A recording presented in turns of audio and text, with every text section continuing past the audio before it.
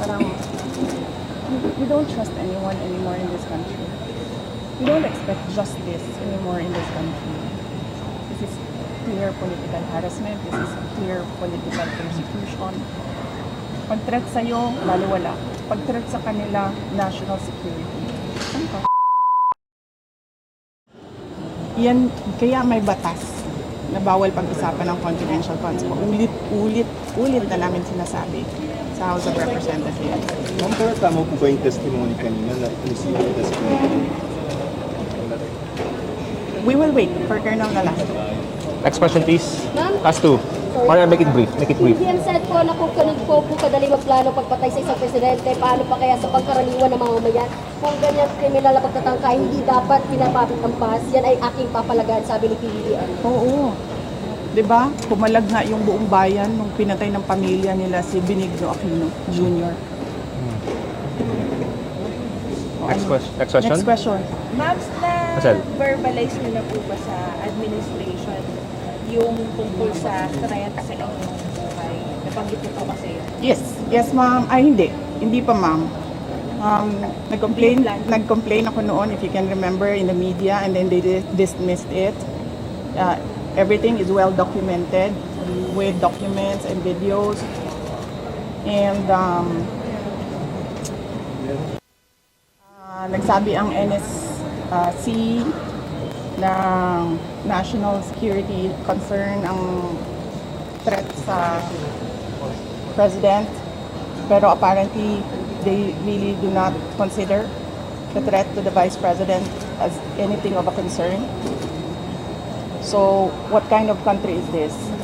Hindi ba kaparte ng gobyerno ang vice president? Hindi ba ako binoto ng mga tao? Hindi ba ako ang vice president ng buong Pilipinas, ng lahat ng mga Pilipino? Are you taking legal action mo, ma'am, dun sa threat sa inyo? Ma'am, I do not expect fairness from this government. Really, truly. That is the reason why I'm pussyfooting with court cases. We do not expect fairness. Imagine mo, saan ka nakahanap na-admit na yung tao sa hospital, bigla na lang papasok, discharge na siya in less than an hour. Saan ang hustisya dyan? Saan ang hustisya dito? Sa bayan. Last two questions, Ma'am, please. in-extend po yung detention order para kay Attorney Lopez. Ano po yung next steps niyo po for this? I questioned it doon, kanina. Pinapahirapan pa nila ako. Ano sinabi nila? Dinetain nila yung tao dahil sa due process. Dahil, ano ba yung sinabi niya?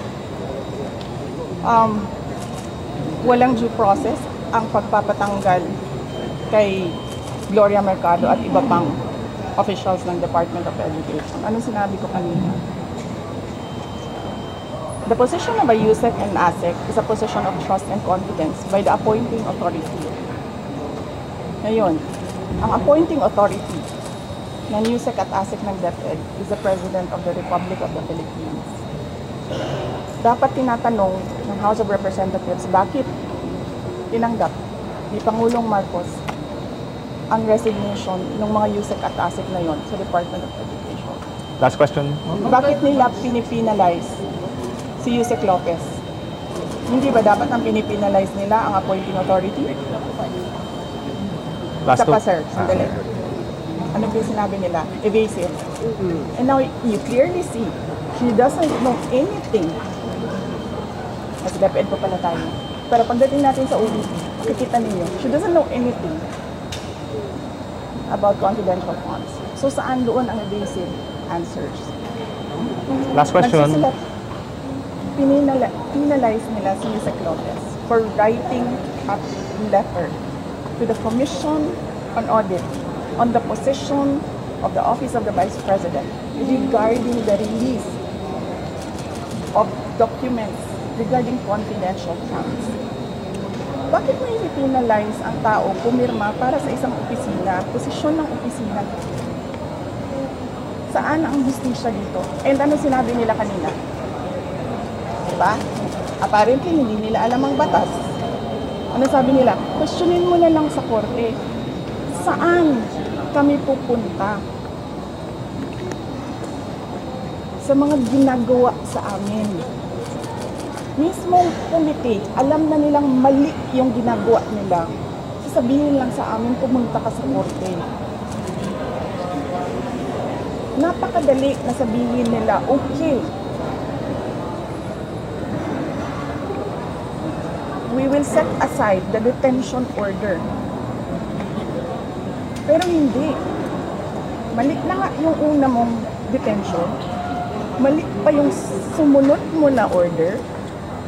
And then sasabihin mo sa tao na nakakulong, hindi makalabas. Kahit ako, hindi ako makalabas basta-basta. Dalhin mo yan sa korte. Tama ba yun? Kayong mga taong bayan, tanungin ko kayo, tama ba na hindi alam ng ating House of Representatives kung ano ang mga batas? Last question pala.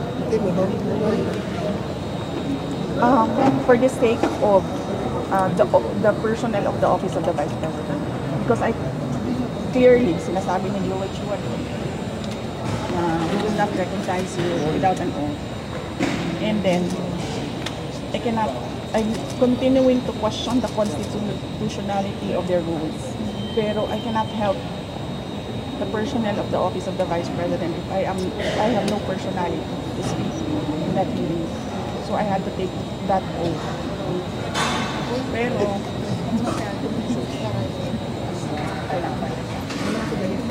papasalamat ako sa inyo sa pinili yung kay Isaac Lopez at sa lahat ng OVP version. Will you go up to the Supreme Court to question? Kasi may jurisprudence naman on contempt powers of Congress. And yun naman sinasabi ko, sir, no, parang we don't trust anyone anymore in this country. We don't expect justice anymore in this country. This is clear political harassment. This is clear political persecution. Pag-threat sa'yo, lalo wala. Pag-threat sa kanila, national security. Saan ka? Who's testimony ko, Hyla? Do you think that will hold water as far as maybe pinning you down is concerned, or doesn't establish it? If they file cases or an impeachment case, whatever case, we will answer that in the proper venue. Kung meron man silang hanap na mali. Basta parang yung nakikita mo kanina na ubus na yung tanong nila, hindi pa sila makapag-content kay Edward. Kasi nagsasabi ng totoo yung tao. You said that you're expecting again any contempt sa Yes, we expect that. We expect contempt, detention. We expect a term isn't like is terrorizing. We expect them to terrorize the Office of the Vice President. Ma'am, yung message ng President Bongbong Marcos that he said na papalagay daw po niya yung hindi niya palalapas. Yes, sinabi ko na kanina, papalagan ko din yung ginagawa nila sa akin. We don't know the contempt Yes, yes, but kaya ako kayo binibigyan ng interview para huwag yung makinig sila. Thank you. Thank you.